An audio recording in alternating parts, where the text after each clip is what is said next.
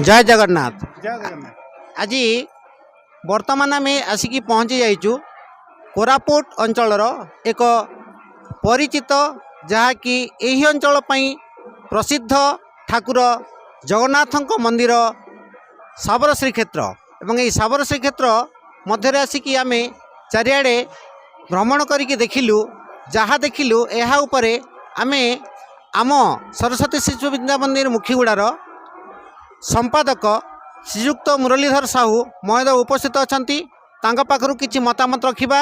आज आम जी अंचल बुलिले एवं देखिले से मध्य क्यों अंचल अधिक सुंदर लगी कहीं सुंदर लगी किसी कहे।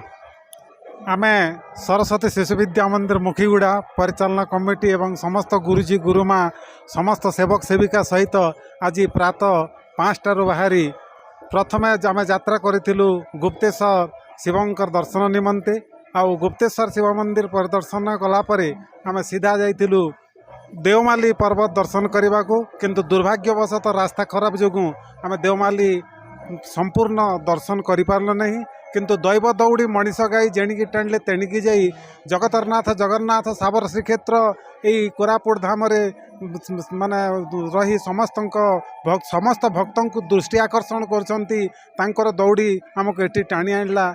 ये सुंदर परिवेश ये सुंदर संस्कृति आठी आम जो पहुँचलु राम राम हरे कृष्ण कृष्ण कृष्ण हरे हरे हरे राम राम राम हरे हरे यही महामंत्रटा जप चली थाए।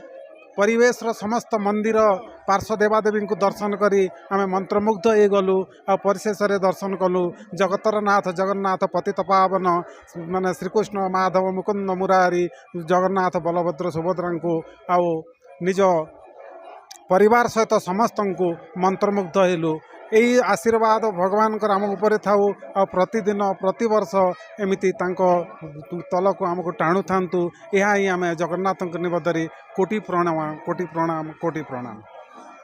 आज्ञा आम जहाँ देखिले एते गुड़े आम ओडिशा रे जगन्नाथ मंदिर अच्छी प्रथम जहाँ कि सृष्टि जहाँ धरी नेउचु आम पुरीर श्रीक्षेत्र परे परे आपण जो आसिले यही कोरापुट अंचलर जगन्नाथ मंदिर साबर श्रीक्षेत्र यही श्रीक्षेत्र एवं से श्रीक्षेत्र मध्य आपण को किसी तारतम्य जहाँ लगुच किसी संक्षेप कहे।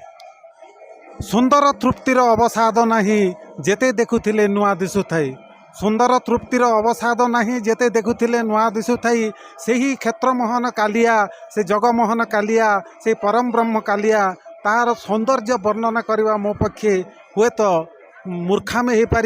तेणु तांको सौंदर्य को जो परिवेश से तो मो मंत्रमुग्ध हो तेणु तार सौंदर्य को आउ बहु रूप वर्णना करें से जेउठे था सुंदर से अत्र तत्र सर्वत्र विद्यमान। तेणु पुणी थे से जगन्नाथंकर मान पाद तल कोटि प्रणाम जन पुणी भक्ति निवेदन अर्पण करुछि। आज्ञा आज जो यात्रा थिला आपण सकाळु बाहरिले मुखीगुड़ारू एवं संध्या हो गला कोरापुट अच्छा आपण को एतिक समय मध्य कौन व्यस्त विपद लगुनि जे आम केतेटा समय पहुँचबू मुखीगुड़ा आउ एते आमर विद्यालय समस्त आचार्य को लेकिन आसीचु ताले से केते समय नहीं पहुँचबू ए ऊपर आपनकर किछि कोन किछि व्यस्त विपद होचंदे ना ना नाहंती ने प्रकृत रे यात्रार आरंभ पूर्वर व्यस्तता व्यग्रता भितर समस्ते वास्तविकतार चित्र खोजु थांती। किंतु आमे आज प्रातरु संध्या पर्यंत बुली बुली देवमाली गुप्तेश्वर आउ वर्तमान जो साबर श्रीक्षेत्र आमे पहुँचलु माने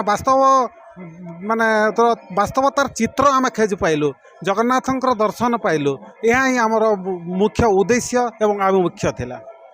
धन्यवाद आज्ञा।